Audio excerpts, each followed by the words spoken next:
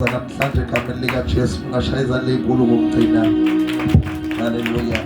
Singahlala phansi bazalwane. Haleluya. Siyabingelezani abazali bonke endaweni yaseMakheni, omama, intombi, insizwa, ubaba wethu, ubaba uMzobe nomama uMzobe bengekho phakathi kwethu. Singabaqhwabela ihlombe elikhulu bazalwane.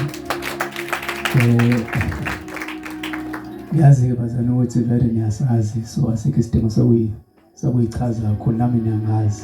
Amen. Ake nishale izandla ukuthi niyangazi. Haleluya. Sebele nje umphathi wonke bazalwane endaweni yaseMakheni, nowaKwala ofikile. Inkosi yami, izinto zabelo ukuzo khonza inkosi, amen, futhi bengalindele ukuthi uzophuma abantu abaningi manje. Ngicela nishale izandla bazalwane. Ngibonga benu.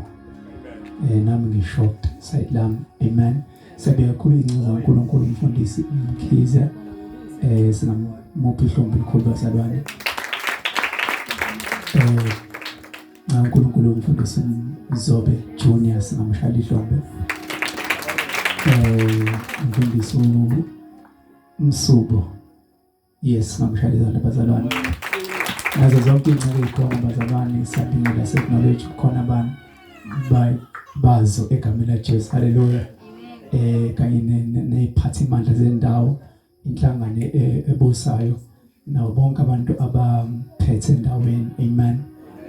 Sike safika izolo sahamba saya endoneni zawethoba, amen, ukuthi sizofika sizowenza umkhuleko emphakathini, amen. Iyazivumela ke bazalwane indona ngoba umkhuleko into enhle, bazalwane, esuke izosiza umphakathi because ziningi inkinga abantu asuke bebhekene nazo. So uma uNkulunkulu ehlose ukuthi elethe umkhuleko kuleyo ndawo, uzofika ngomuntu, ngeke afike uyena, because if singabona uNkulunkulu singafa, amen. There is why akekho umuntu ongabona uNkulunkulu aphile, amen. So siyabonga nje bazalwane ukuthi nifike ngomningi beni, ngiyathembisa bazalwane ukuthi konke ekade nikhulekela uNkulunkulu uzonenzela kona, amen bazalwane. Ikona ukuthi ngeke kwenze ngesikhathi esisodwa, because sonke sekuline owodwa uNkulunkulu. Kenza mhlawumbe oyedwa number 1, omunye mhlawumbe number 10, omunye number 20, omunye number 15, omunye u30. So uma kusajabula number 1, akuchaza ukuthi wena u50 noma mhlawumbe ula ku3 noma mhlawumbe ku2 noma ulapha ku10 kuline, kodwa nawe kusuke kuseza, amen bazalwane. Yabo nje ngeke ngafike kule ndawo ngashuma isikhathi eside ngihamba ngeenyawo, ngishaya ngo10 toes, amen. Manje uNkulunkulu sengibuyisele sengihamba ngale Mercedes. Ake ngishayele uNkulunkulu izandla bazalwane. Amen. So ngizama ukuveza ukuthi omunye umuntu oyengibona ngishumela ngihamba inyawo, wehle ukuthi awubheke nje ushiye kuhamba ishumayela, amen. Kodwa uNkulunkulu ukuthi uNkulunkulu usene purpose ngayo ngempilo yomuntu, amen bazalwane. Yabo manje ungasebenzi nabantu abakuhlekayo, bathi awubheke sekuphela sekusambelela iminyaka, bathi awusebenzi. One day mhlawumbe uthi uvuke komasipala uhole 30,000, mhlawumbe lo muntu okuhlekayo uhola usebenza kaShoprite, mhlawumbe uhola 3,000 ngenyanga. Yabo umehluko, amen. Ngizama ukuveza into zaNkulunkulu, sometimes ziyadelay kodwa chaza ukuthi suke ingezi, futhi meseziza suke ziyiquality, amen bazalwane. Ngicela shaya uNkulunkulu ihlombe elikhulu. Amen. Haleluya.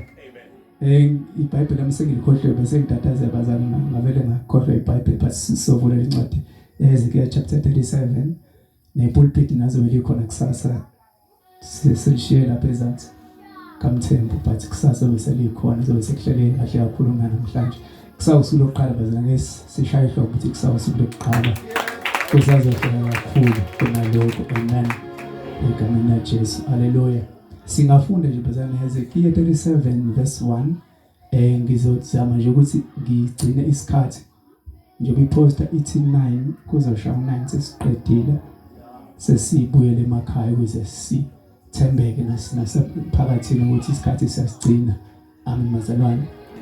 Ngicela nje wazi ufunda kahle izolo, ungangengizi angifundele egameni laJesu. Isandla sika Jehova.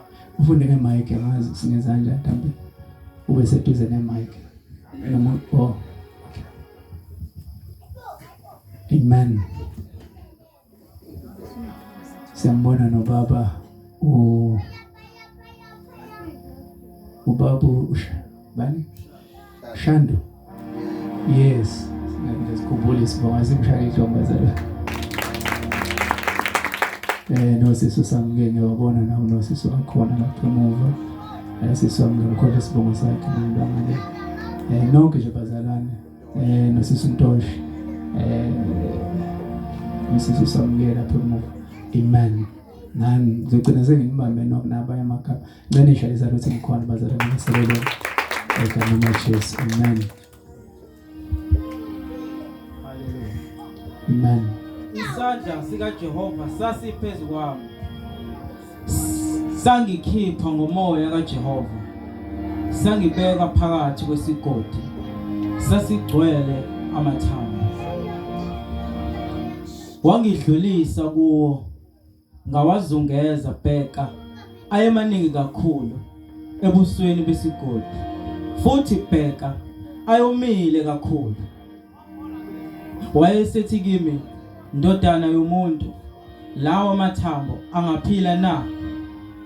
Ngathi Nkosi Jehova, wena uyazi.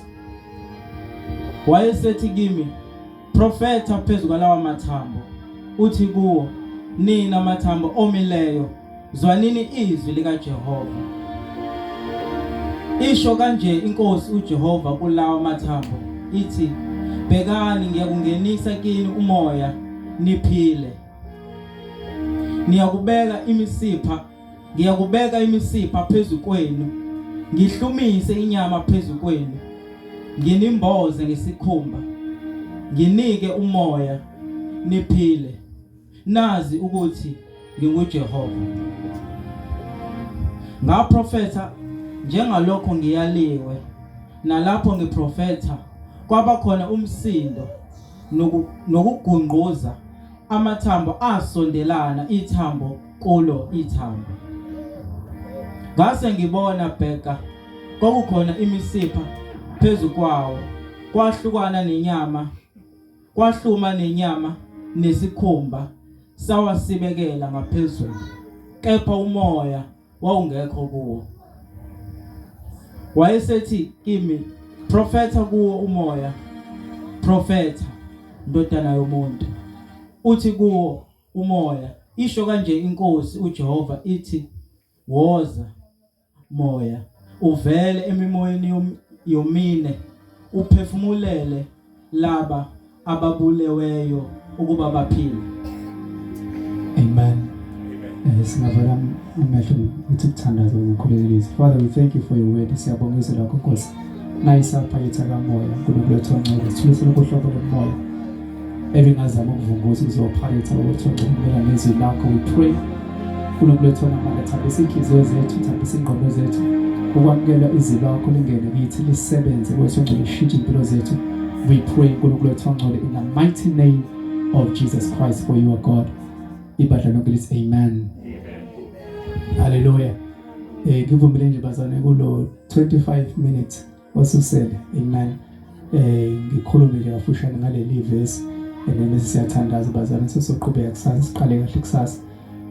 Vele namhlanje day 1 akuhlele kahle nakusawu day 1. Amen. La bazane iBhayibheli kubhala incama uNkulunkulu. Amen.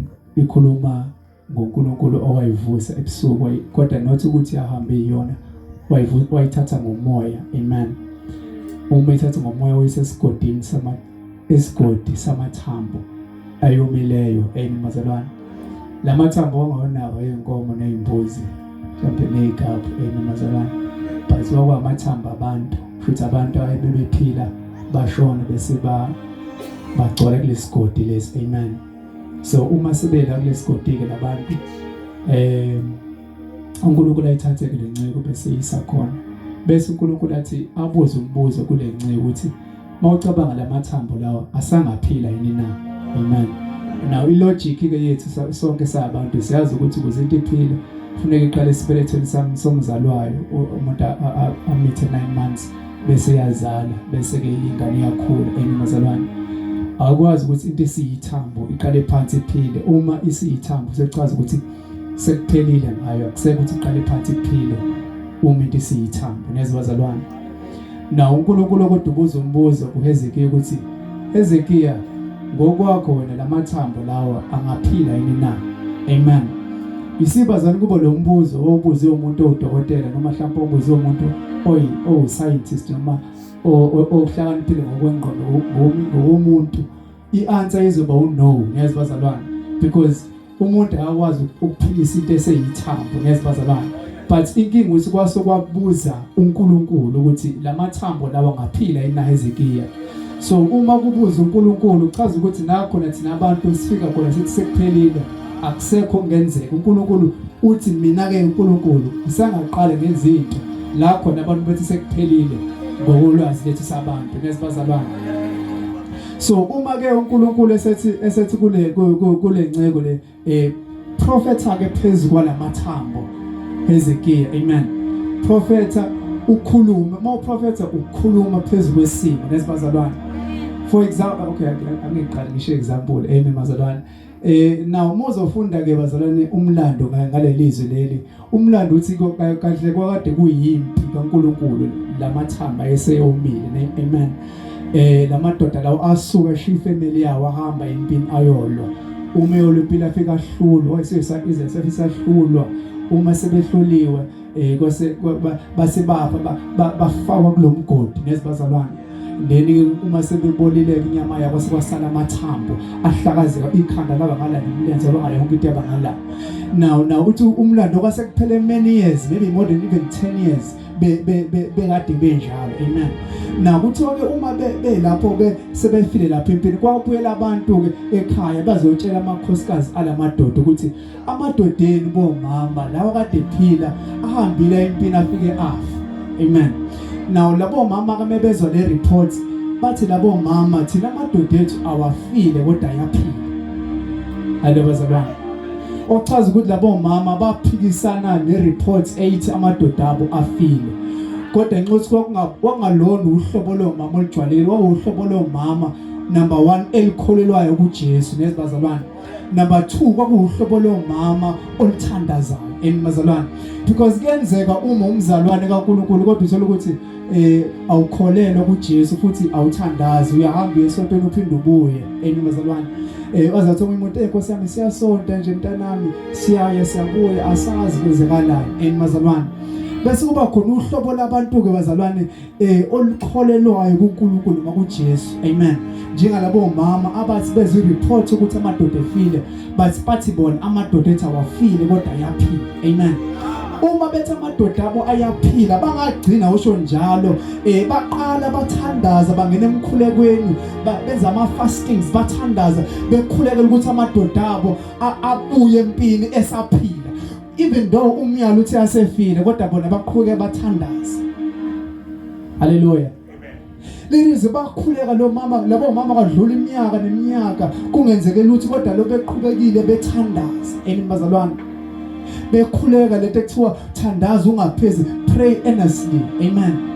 Leli Bible bakhuleka labo mama until uNkulunkulu azathinteke emazulwini bese ehamba umprofeti wakhe uHezekiya bese yake, because bazalwane into emele si understand ukuthi umkhuleko awuboli futhi awu-expire futhi awuphelelwe isikhathi. Nezibazalwane kuyenzeka uthandaza ukuthi Nkosi ngiyathandaza ukuthi ikhaya lakaMkhize liphume ema-drugs, liphume ekuthenini ngabuzise, liphume ekuthenini ngashadi, kodwa kuphele years and years and years lapho nalo muntu owathandaza azashone abe 6 feet andangcwatshwe, kodwa imthandazo ayithandaza lawo salukazi kaMkhize akuchaza ukuthi bese ngaphansi komhlaba sekuphelile, kodwa uNkulunkulu uzothi kunomama wakaMkhize owathandaza one day wathi babi ingane zami zibulawa ama-drugs newunka ziyafa apha nangapha, ngiyathandaza Nkosi kuphume umshado ekhaya lakaMkhize kuthi kuphela iminyaka azangcwatshwe umama, kodwa kuthi umthandazo usaphila, umthandazo usamkhulumela yena uphakathi emathuneni, kodwa umthandazo usamkhulumela. Ubone sekuphela 15 years umama ke uqali kanjani amkhize ishade uqale ngene ingcebo baqale basebenze seqhubha imthandazo yomuntu owathandaza ebuNkulunkulu ukuthandaza ubona.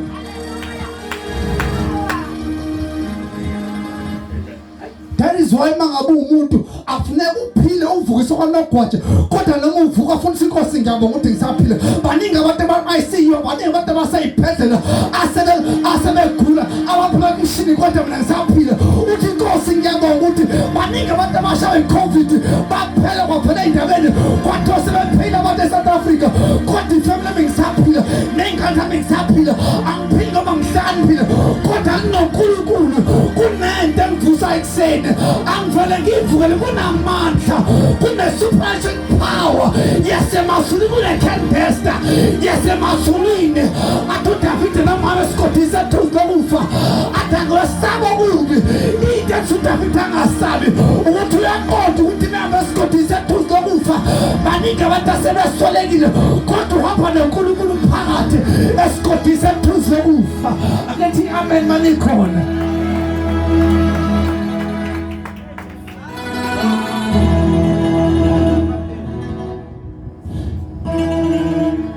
Kunamandla semthandazweni bazalwane. Usinje wafika lemvuselo yazomala asimile ngoba sipholekile kodwa uNkulunkulu amazulwini uthemba ubona ngizamthola. Uthi Nkosi yami njengomuntu wesifazane okhulelwe nangithi pregnant umuntu wesifazane emekhulelwe akathandi noma yini kodwa uyathandisa. Uphela ukuthi ufisi ngokwakhe uyawuzonda kodwa wathi kwangena umntwana ngaphakathi umntwana inkomo ingithola ufish ngizizwa ngqala ufish kanti ingane imphezu kababa. Ubaba uthanda ufish umama uyawuzonda ufish kodwa ngenxa yemphezu ngaphakathi esibelethweni sikamama ikomele lokho okuncane ubaba. Nathi ngoba dasithanda uze Makheni kodwa kunoNkulunkulu osemazulwini othi membheka indawo esemakheni athi kunabantu abadinga uNkulunkulu kule ndawo.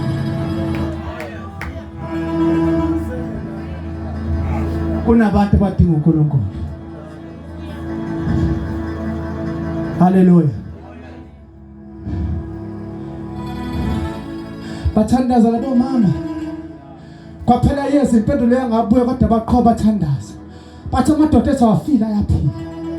Engathi uNkulunkulu bengavusa uhlobo labantu endaweni esemakheni abazothi sesihlushwe kakhulu sihlushwa ama-drugs. Ingane zethu usathana uyivale phakathi ama-drugs. Ezinye ingene emawindini ziyontshotsha emzini yabantu. Hayi ngoba ithanda ukuntshontsha but ngenxa useke ela ebanjwe i-substance ethanda abuse efuna ukuthenga ihunga so lento imenza ukuthi angabi nobuthongo. Athi ngizolala kanjani ngisanomncane ayithole sengene emzini yabantu esentshontsha. Hayi ngoba efuna ukuntshontsha but ubanjwe idimoni lama-drugs.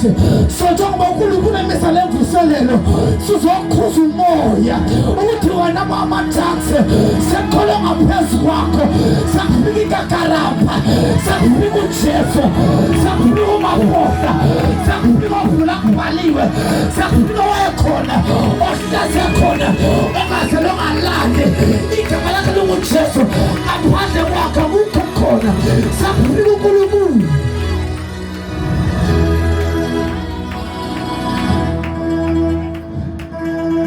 Bathandaza labo mama. They prayed until washitisiwe.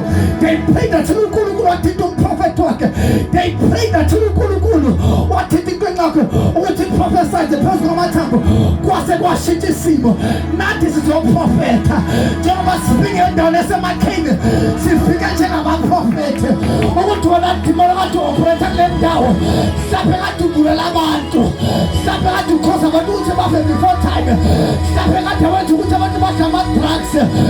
Now sizoprofetha ukuthi bonke abantu abaphila ama-drugs njengoba khona levuselelo bazophuma emkhothini ama-drugs. Wonke abantu abangasebenzi njengoba khona levuselelo kuzwaqaqeka imisebenzi nathi ngamandla ethu but ngalo Jesu simkhonzayo. Ake sithi amen masikho.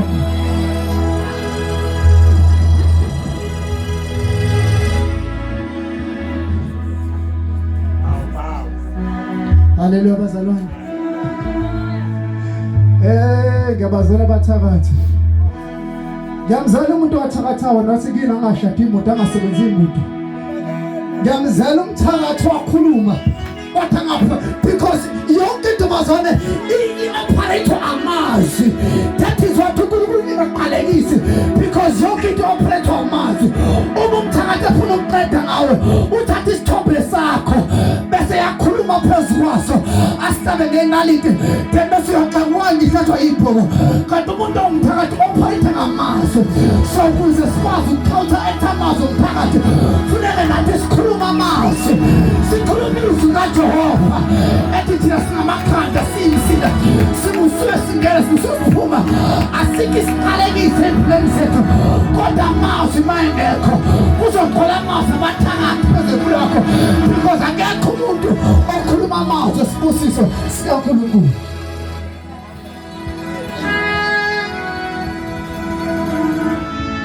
Hallelujah. Baningi abantu abazokhulela le ndawo even ameba ade begula ngoba begula but bekhuliswa imoya emazalwane because uNkulunkulu basefikile usuke ezo release bonke labo bantu konke lokho leso simo samathambo esomileyo nongawutholi umsebenzi ku drought kuze kuphele iminyaka abantu baze bahlekise ngawe kuthiwa nkosami kuphela inyanga njalo baze bakubize ngegama bathi uyimineke because njalo imini uhlezi ukhona kuze kushona ilanga awindawo uma kuphela inyanga ubona umakholwane befika bephethe plastic bakahulwezi bephethe plastic bakaspa inhliziyo yakhe ibuhlungu ukuthi mina kwazi kube yini nginami ngiyafisa ukuthi ekhaya ngifike ngiphatha something kodwa ngimuthi uvaliwe spiritual kunamadimoni nabathakathi abathi ozufuhlupheka kodwa uma uNkulunkulu afika usuke remove wonke la ma cases vula izinto abasebenzi bashade baphumele bathenge imoto kube kuhle nofuna ukwakhumuza wakho because umoya bokulisa usususu akeshalo Jesu zami. Hallelujah. Ake sumeni bazana sengathandaza akuze kuzoshumana phansi into ebale yakhulu esoyenza la sothandaza. Amen bazalwane ufuna wonke umuntu abe umprofesi namhlanje uyawazi ukuthi isiphi isimo esidry sama bones ophikele naso lesimo sakhe esidry mhlawumbe kini uyawazi ukuthi ikhaya lonke lasekhaya abantu basekhaya bayiqeda umechiki abantu basekhaya bayivasithi abantu base siyafisa ukuthi sakhe i-double story sihlala ku-one room sekuphela 10 years kuyaziwa ukuthi one room owakhogothayila njalo mabe kunethe ushawuvolo because njalo bekunethe abanye basebe bayafisa ukwakhiphiza bayafisa ukusebenza. That is your child situation. Isimo samathambo kodwa namhlanje somprofetha ukuthi kuzoshada kuzophumelela abafuna ukukama double stop bazowakha abafuna ukusebenza overseas bazosebenza overseas doors will open ekamela Jesu not by might not by power kodwa namhlanje sizoprofetha akazibhala mehlethu siqale standards akazprofetha phezu kwamakhaya ethu akazithandaze phezu our families khuleka lingane yakhuleka noma wakho sishayisela zethu sonke standards sithi Nkosi we thank you uNkulunkulu athona amandla nathi akhona athumsabelele athi ngoba uNkulunkulu athanya khona ngiyatho njenga nawe uNkulunkulu athona amandla we praise you we just want to give you the glory for our God of our problems God of our circumstances God who was and is uNkulunkulu athona amandla thuba sibikile endaweni yaseMakheni uNkulunkulu athona amandla amaningi abantu ama-situations adry omuyafisa ukuyinendisa aqede ngempilo yakhe kodwa namhlanje sizobezesela uyakushayisela ukuthandaza ukuthandaza uNkulunkulu athona amandla we thank you just wanna give you that glory what a wonderful things was set up laying down in the mighty name of Jesus.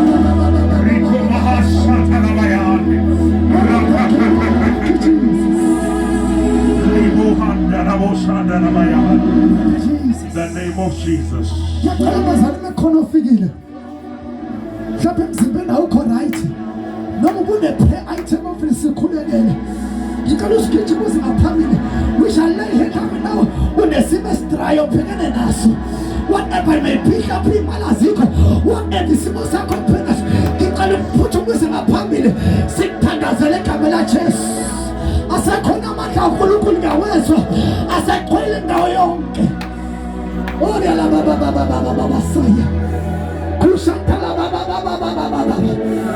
asala baba ungasali nabantu azuthi besilo esidinga ubhekene naso umakhela kuyakusiza akakho umuntu ozokusiza kodwa into ezokusiza uyilahla Jesu that is what uNkulunkulu uthi ithonga yami lula uthi phosana ngithwala kimi uthi phela ngizomthwalela umuyithwala wethu ithonga awusoze uphumelela kodwa ngibonile yami ithwala uyiphosele uJesu Osala baba